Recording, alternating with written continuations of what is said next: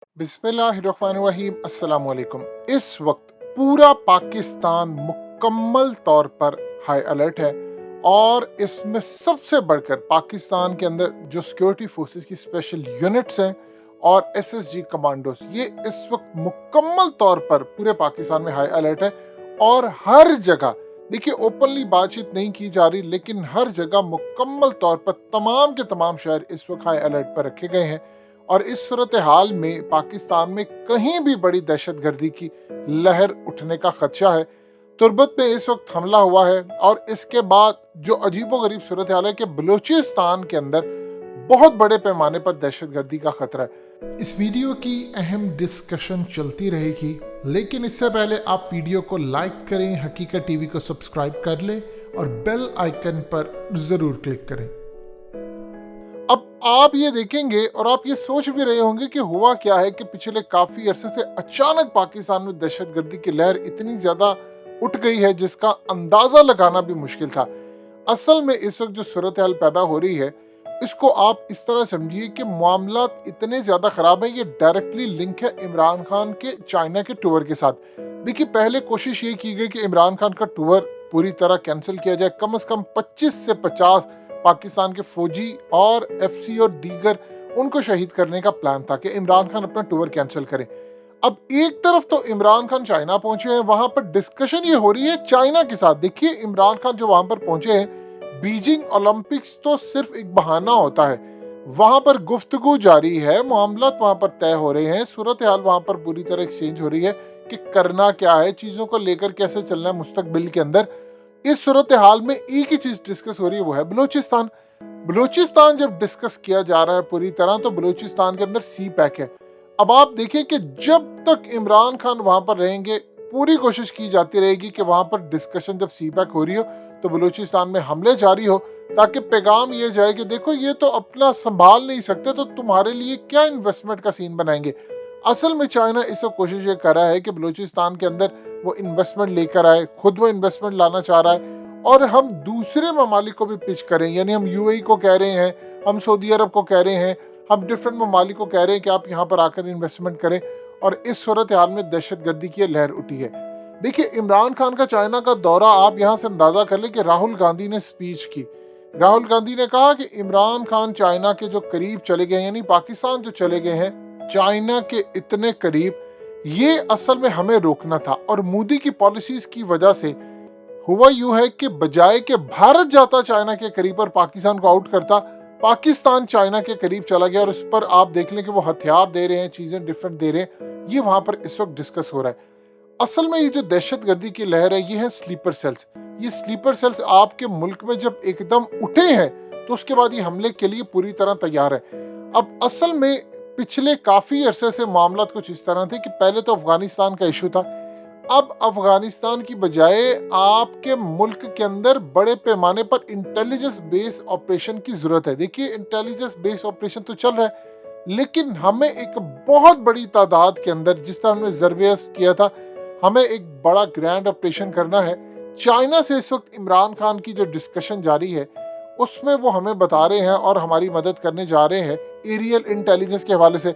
देखिए, अगर आप बलूचिस्तान के पहाड़ों को देखेंगे तो वो इतने ज़्यादा, यानी रेतले पहाड़ हैं, हर जगह पर पहाड़ों की जो जंग होती है वो इतनी ख़तरनाक होती है कि आप इमेजिन कर लें कि रूस आया, वो अफ़गान तालिबान से या अफ़गानियों से नहीं जीत पाया, वहाँ पर पहाड़ थे। फिर उसके बाद अमेरिका आया, वो नहीं जीत पाया। पहाड़ के अंदर जो मामला होता है वो बड़ा डिफरेंट होता है।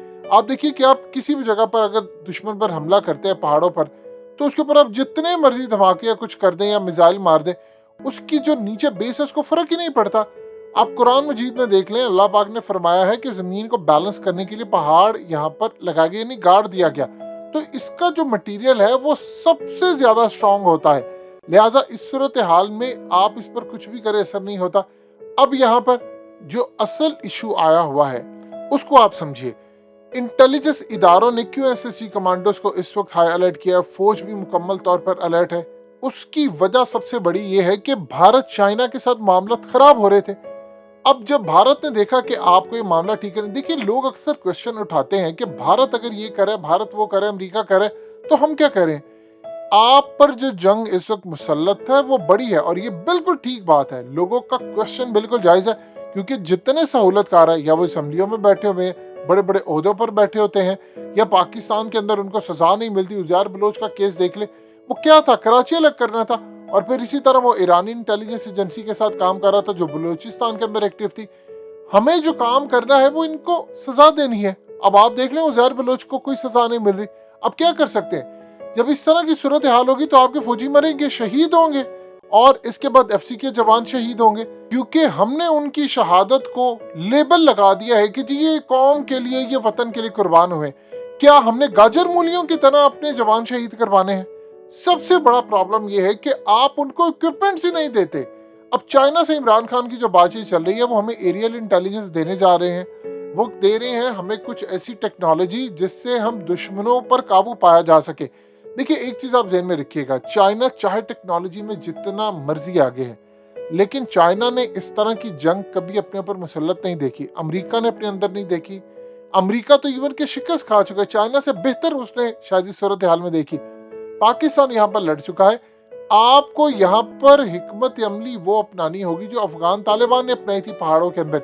ये बड़ी खतरनाक जंग है। अब आपके मुल्क के अंदर स्लीपर सेल है, एक तो आपका निज़ाम उनको सजा नहीं दे पाता, ऊपर से वो पूरी तरह एक्टिव है, उनके भारत के साथ ताल्लुकात है, ना आप असम्बलियों में बैठे हुए लोगों को कुछ कर सकते हैं, ना बड़े ओहदों पर।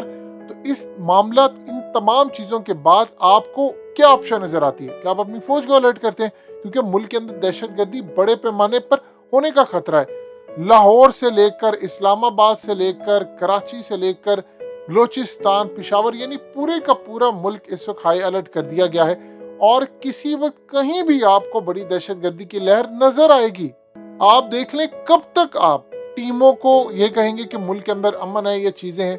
असल में जो क्रिकेट टीम्स होती हैं या कोई दूसरे ममालिक होते हैं, इन्वेस्टमेंट जिन्होंने करनी होती है, आप बताइए, अगर आप मिसाल के तौर पर आपके पास अगर 15, 20, 25, 50 करोड़ हो, या किसी के पास 1 करोड़ हो, किसी के पास 10 लाख हो, क्या वो किसी ऐसी जगह पर इन्वेस्ट करेगा जाकर जहां पर उसको लगे हालात खराब है? आप देख लें यूएई के अंदर क्या सूरत हाल है। हौसी बागियों के चंद सिर्फ हमले हुए हैं, उनकी स्टॉक मार्केट इस वक्त गिर गई है, और उसके बाद स्टॉक मार्केट गिरने के बाद सूरत हाल इस तरह खराब हो रही है कि उनको खतरा है एक मिसाइल अगर किसी वजह से मिस हो गया, और इमेजिन कर लें कि दुबई की किसी बिल्डिंग के ऊपर जाकर लग जाता है, आप सोच सकते हैं पूरे यूएई में क्या कोहराम मचेगा। दुबई की क्या सूरत हाल होगी। वहां के बड़े बड़े जो डेवलपर्स हैं, जिन्होंने एक्सपो 2020 के बाद बड़े ऑर्डर लिए थे, दमाक, इमार, नखील, समाना और शोभा डेवलपर तक, सब ने यहाँ पर इन्वेस्टमेंट लाने के लिए जो काम किया, वो दुनिया भर में जा रहे कह रहे हैं आकर यहाँ पर इन्वेस्ट करें। अब आप इमेजिन कर लें कि इस सूरत हाल में वहां पर एक छोटा मोटा हमला हो जाता है तो सारी आपकी इन्वेस्टमेंट मेहनत पर पानी फिर जाता है। आप 20-25 साल पीछे भी जा सकते हैं अगर ज्यादा हमले होते हैं।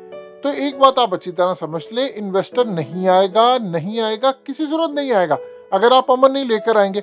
और अमन लाने के लिए आपको इंसाफ का निजाम बेहतर करना है, वरना सूरत हाल तो ये होती है कि आपके एसएससी कमांडोज अलर्ट होते हैं, आपकी फौज अलर्ट होती है, और पूरे का पूरा मुल्क इस वक्त अलर्ट होता है कि दहशतगर्दी की लहर पाकिस्तान में इस वक्त उठने का शदीद खतरा है।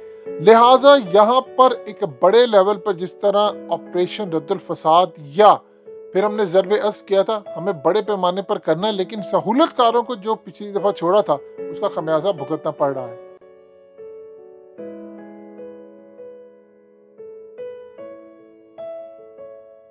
हकीकत टीवी को सब्सक्राइब करना मत भूलें, वीडियो को लाइक करें, शेयर करें और कमेंट सेक्शन में अपनी राय का इजहार जरूर करें।